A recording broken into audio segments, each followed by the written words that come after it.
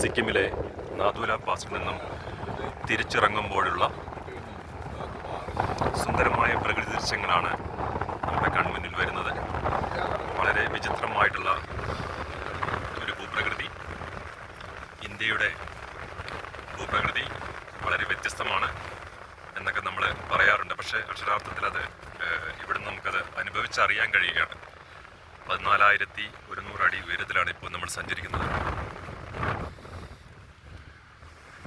അത്യന്തം മനോഹരമായ, അത്യന്തം വ്യത്യസ്തമായ, കേരളത്തെ അപേക്ഷിച്ച് നമ്മൾക്ക് ഒരിക്കലും പരിചിതമല്ലാത്ത ഒരു സവിശേഷമായ കാലാവസ്ഥ, ഭൂപ്രകൃതി ഇവിടുന്ന് കാണാൻ കഴിയുന്നത്. മഞ്ഞ് പൊതിച്ച് കിടക്കുന്ന പർവ്വത ശിഖരങ്ങൾ, ഒഴുകിയിറങ്ങുന്ന തെളിനീരരുവികൾ, ഇടയ്ക്കിടെ സുന്ദരമായ തടാകങ്ങൾ,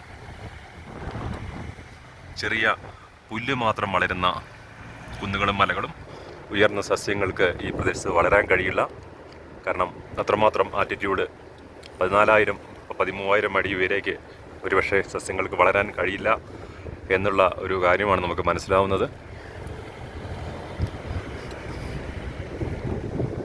ഹിമാലയത്തിൻ്റെ ഗിരിശൃംഗങ്ങൾ എത്രമാത്രം വിചിത്രമാണ്, എത്രമാത്രം അതിൻ്റെ ആകാരം കൊണ്ട് അത് വലിപ്പമുണ്ട് എന്നൊക്കെ നമുക്ക് നമ്മുടെ സങ്കല്പങ്ങൾ അതിനെ അതിശയിക്കുന്ന വിധത്തിലാണ് ഇവിടെയുള്ള കാഴ്ചകൾ. ഇതിൻ്റെ ഇടയിൽ ആളുകൾ താമസിക്കുന്ന സെറ്റിൽമെൻറ്റുണ്ട്, സൈനിക താവളങ്ങളുണ്ട്.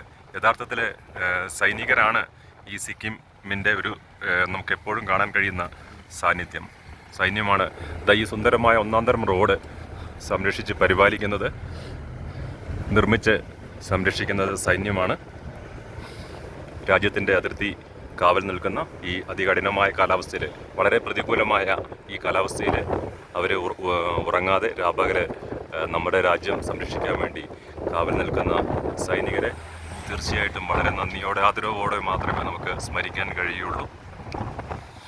തികച്ചും പ്രതികൂലമായ എന്നാൽ ഒട്ടൊക്കെ വിചിത്രമായ സുന്ദരമായ കാഴ്ചകൾ, പ്രദേശങ്ങൾ. കൂടുതൽ കാഴ്ചകളിലേക്ക് നമുക്ക് വരാം.